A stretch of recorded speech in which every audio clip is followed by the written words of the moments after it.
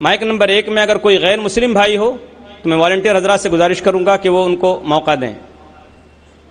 Dilip Kalantri, I am a business man.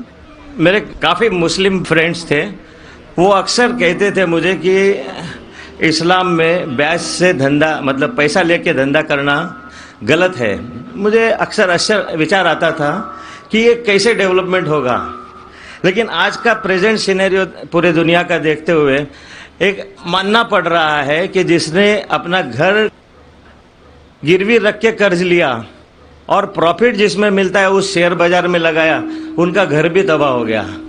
یہ جو science آج آپ نے بتایا کہ اسلام ایک سائنس ہے، جیسے سائنس کے اوپر بھی کام کرتا ہے، تو یہ جو بات انہوں نے آج کے 1400 سال پہلے اگر کہی ہوگی کہ بیاج لینا غلط ہے، حرام ہے، اس کے پیچھے اس کی کیا فلسفی تھی، یہ میں جاننا چاہوں گا سر۔ بھائی صاحب نے بہت اچھا سوال پوچھا کہ اسلام میں ان کے بہت سے دوست مسلمان دوست کہتے ہیں کہ بیعت لینا حرام ہے۔ وہ یہ نہیں جانتے تھے کیوں حرام ہے، لیکن ابھی پتہ چلا کہ جو دنیا کی حالت ہے اکنامک میلٹ ڈاؤن میں، وہ جاننا چاہتے ہیں کیوں یہ حرام ہے۔ اور قرآن مجید میں کم سے کم 8 جگہ لکھا ہے بیاج کے بارے میں۔ تو بیاج لفظ ہے عربی میں ربا، سورہ نساء میں، سورہ عمران میں، اور کہا گیا ہے سورہ بقرہ میں سورہ نمبر 2 آیت نمبر 278 اور 279 میں کہ آپ بیاج سے دور ہو، اور جو کوئی بیاج سے دور نہیں ہوگا اللہ اور اللہ کے رسول ان پر اعلان جنگ کریں گے۔ بیاج اتنی بری بات ہے، گناہ کبیرہ ہے، اور گناہ کبیرہ میں امام الذہبی نے اسے 11ویں نمبر پہ رکھا، 70 گناہ کبیرہ میں 11ویں نمبر پہ رکھا۔ بھائی صاحب پوچھے کیوں برا ہے؟ کیونکہ بیاج سے امیر آدمی اور امیر ہوتا ہے، غریب آدمی اور غریب بنتا ہے۔ امیر آدمی اور امیر ہوتا ہے، غریب آدمی اور غریب بنتا ہے۔ عام طور پہ آپ جب لون لینے جائیں گے تو غریب آدمی کو لون کا ملتا ہے، اور امیر آدمی بتائے گا میرے پاس یہ میرے پاس وہ ہے، تو اس کو لون ملتا ہے۔ تو امیر اور امیر بنتا ہے، غریب اور غریب بنتا ہے۔ اسی لیے قرآن میں سورہ الحشر میں سورہ نمبر 59 آیت نمبر 7 میں اللہ فرماتے کہ زکوٰۃ دو تاکہ دولت انسانوں کے بیچ گھومے، صرف امیروں میں نہیں رہے۔ اور بیاج سے کیا ہوتا ہے؟ ان اسلامک فلسفی ہم کہتے ہیں پروفٹ اینڈ لاس شیئرنگ، منافع اور نقصان کو ہم بانٹیں گے۔ منافع اور نقصان بانٹنے سے پوری اکنامی ترقی کرتی ہے، اور بیاج سے آپ بینک میں بیاج لیتے ہیں، منافع یا نقصان 8%، 10%، 12% آپ کو دینا ہی دینا، نقصان یا منافع۔ لیکن آپ دیکھتے شیئرنگ آف دا رسپانسبلٹی، اگر نقصان ہوا تو ہم نقصان شیئر کریں گے، پروفٹ ہوا پروفٹ شیئر کریں گے۔ بیاج میں کیا ہوتا ہے؟ مثال کے طور پہ بینک میں، میں ایک لمبی تقریر دے چکا ہوں اس پہ، ابھی وقت نہیں ہے، صرف یہ بولوں گا کہ بیاج میں کیا ہوتا ہے۔ مثال کے طور پہ بینک اے کے پاس سپوز 100 روپیہ ہے، وہ بینک بی کو 10 روپیہ رکھ کے 90 روپیہ دیتی ہے بینک بی کو، بینک بھی اس میں سے 9 روپیہ رکھتا ہے، باقی کا 90% دیتا ہے بینک سی کو، بینک سی 10% رکھتی، 90% رکھتی ڈی کو، ڈی دیتا ای کو۔ تو لوگ کہتے ہیں مارکیٹ میں ہزاروں روپے ہے کتنے؟ 100 روپیہ۔ تو آج کی تحقیق کہتے ہیں مارکیٹ میں فلوٹ ہو رہا ہے $6 ٹریلین، ہے تو کچھ نہیں، بہت کم فلوٹ ہو رہا ہے $6 ٹریلین۔ ایک جن بیٹھتا ہے سب لوگ بیٹھنے شروع ہوتے۔ لیمین بردرز، کون سوچ سکتا تھا کہ لیمین بردر نمبر 1 بیٹھ جائے گا، اس کے بعد سٹی گروپ، ایک بیٹا سب بیٹھتے گئے پوری دنیا میں ایک کے بعد ایک۔ تو کیونکہ it doesn't improve the society. Islamic بے کے اندر جانچ پڑتال ہوتی کس کو لون دینا کس کو نہیں دینا، پروفٹ اینڈ لاس شیئرنگ ہے۔ سن 1980 میں بینک فنڈ کرتی تھی گیملنگ ڈن کو، شراب کھانے کو، کامن ہو گیا۔ اس کے بارے میں اگر تقریر میری سنیں گے، interest free economy promulgated by the Quran, ربا کس طریقے سے حرام ہے، اس کے اوپر تقریر میں نے کی ہے، اگر وہ سنیں گے اس میں اور ڈیٹیل میں تذکرہ کر رہا ہوں کیوں انٹرسٹ حرام ہے۔ لیکن ان شارٹ واپس سے آج جاپان، امریکہ سینڈنگ ایمبیسریز اسلامک بینک کے بارے میں جاننے کے لیے۔ ہماری گورنمنٹ کے پاس ہم گئے تھے، میں فائنانس منسٹر چدمبرم جو فائنانس منسٹر تھے ان سے ذکر کیا تھا کہ اب اسلامک بینکنگ کیوں نہیں شروع؟ انشاءاللہ کریں گے، جب میں ملاقات ہوئی تھی جدہ میں۔ لیکن RBI پرمیشن نہیں دے رہی ہے کیونکہ انہوں نے تحقیق نہیں کی۔ انگلینڈ دے چکی ہے، کئی ممالک دے چکے، انڈیا بھی اگر اسلامک بینک کو جس میں پروفٹ اینڈ لاس شیئرنگ ہے اگر اس کی اجازت دی تو انشاءاللہ انڈین اکانومی بھی بڑھیں گی انشاءاللہ۔ Hope that answers the question.